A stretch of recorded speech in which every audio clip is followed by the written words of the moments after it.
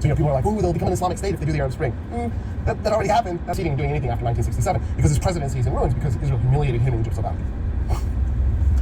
So that, by the way, just to give you an idea how bad it is for Christians in Egypt. He says Egypt is a Muslim country, right? He put it right in his constitution, but he says it in the speech. He says Egypt is a Muslim country, the Christians are just renters. So everybody in the entire Christian population gets it. Okay, yep, we're second-class citizens at best. In fact, so this is a little bit of history, religious history, I suppose. There's a pope in Egypt, Pope of Alexandria.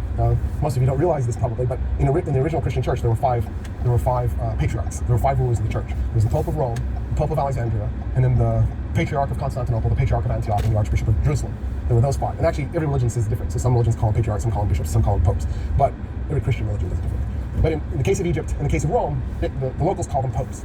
Well, that papacy, that Alexandrian papacy, never went away. It still exists. There's still a Pope of Alexandria.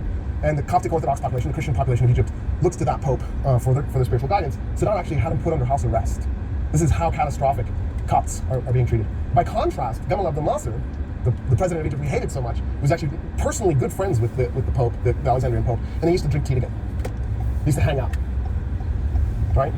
So when the Arabs look at the type of friends we make in the Middle East, they see, you made friends with the jerk, and you fought the good guy. Okay, we get it. Strangely enough, to fight the Nasrites, because the Nasrites were so powerful in Egypt, Sadat, who's clearly not a Nasrite, releases the Muslim Brotherhood. Nasrite put a bunch of the Muslim Brotherhood in prison, and Sadat releases them because he's hoping that the Brotherhood will clash with the Nasrites and he'll destabilize. Ironically enough, a few years later, Sadat is actually killed by an Islamist. He's assassinated. He's assassinated not by the Brotherhood, but by an organization similar to that. And so that ends up becoming an excuse for the next president, his name is Mubarak, to then impose emergency law. That emergency lasted 30 years.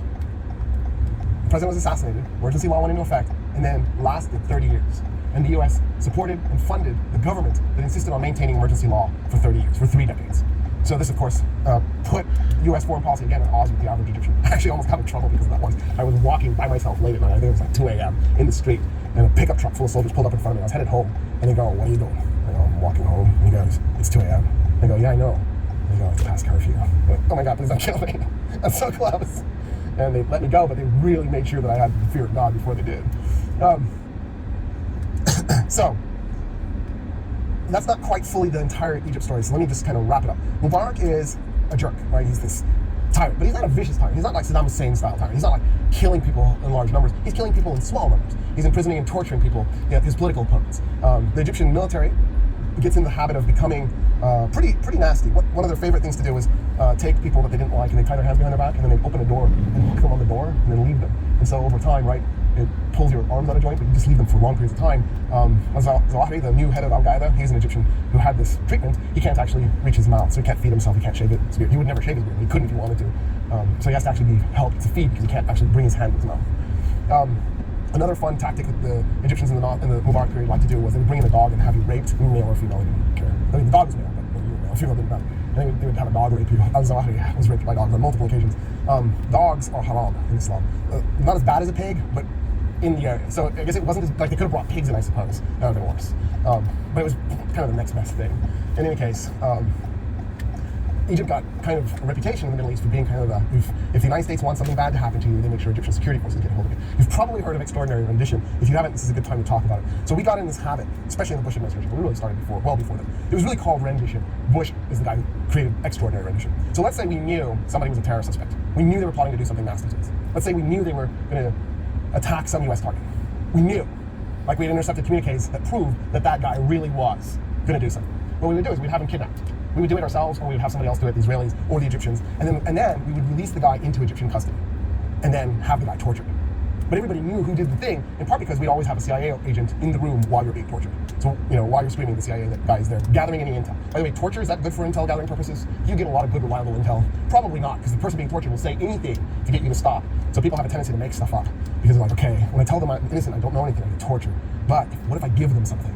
So then you start making up stuff, right? So there tends to be a lot of really unreliable. But anyway, fine. This is a way to keep ourselves from being sullied by torture. We just let somebody else do it for us. Extraordinary rendition went one step further. We don't have to know you're going to do something. We don't even have to know anything about you, let alone whether or not you might do something. We would just have you kidnapped and then tortured. And probably one of the most famous of these cases was that Canadian.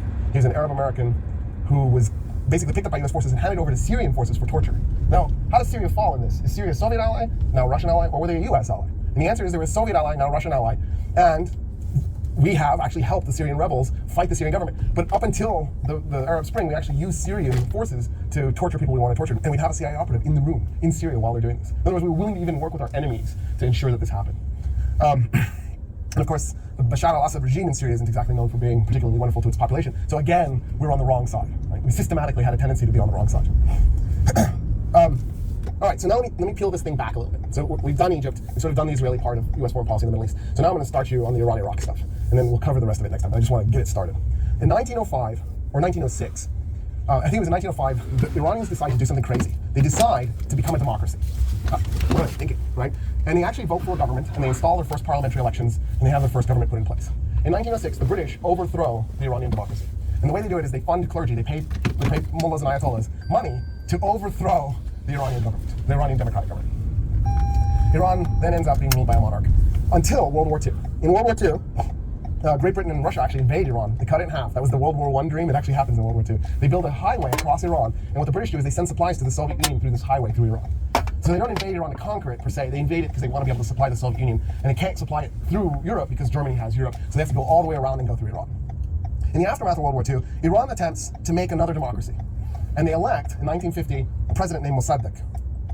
Mossadegh's first objective, his first goal, is to get rid of the deal for the 95% concession that the British have with Iran that was created 50 years earlier, almost 50 years earlier. So what he does is he takes the Anglo-Iranian oil company and he nationalizes it. He seizes its assets. And he creates the National Iranian Oil Company. So the company that runs Iran's oil today is the NIOC. And it is exactly what used to be the AIOC, that British created company. Having said that, by that point, that British company, the AIOC, already had assets outside of Iran in other places around the world looking for oil. So when they lose Iran, the AIOC gets renamed and is today called British Petroleum. Cool? So British Petroleum was originally Persian Petroleum. It was the Anglo-Persian Oil Company. Today it's called British Petroleum. The British are stunned by the 1950 nationalization of their oil company. They can't believe it. Like, they put all this foreign policy effort into securing Iranian oil for themselves, and in an instant they lose it all because of democracy. How inconvenient. Now, you go, well, why don't they just do what they did in 1906 and overthrow the democracy? They can't. Because before Mossadegh nationalizes the oil company and basically throws the British out, before he did that, he actually expelled the British embassy.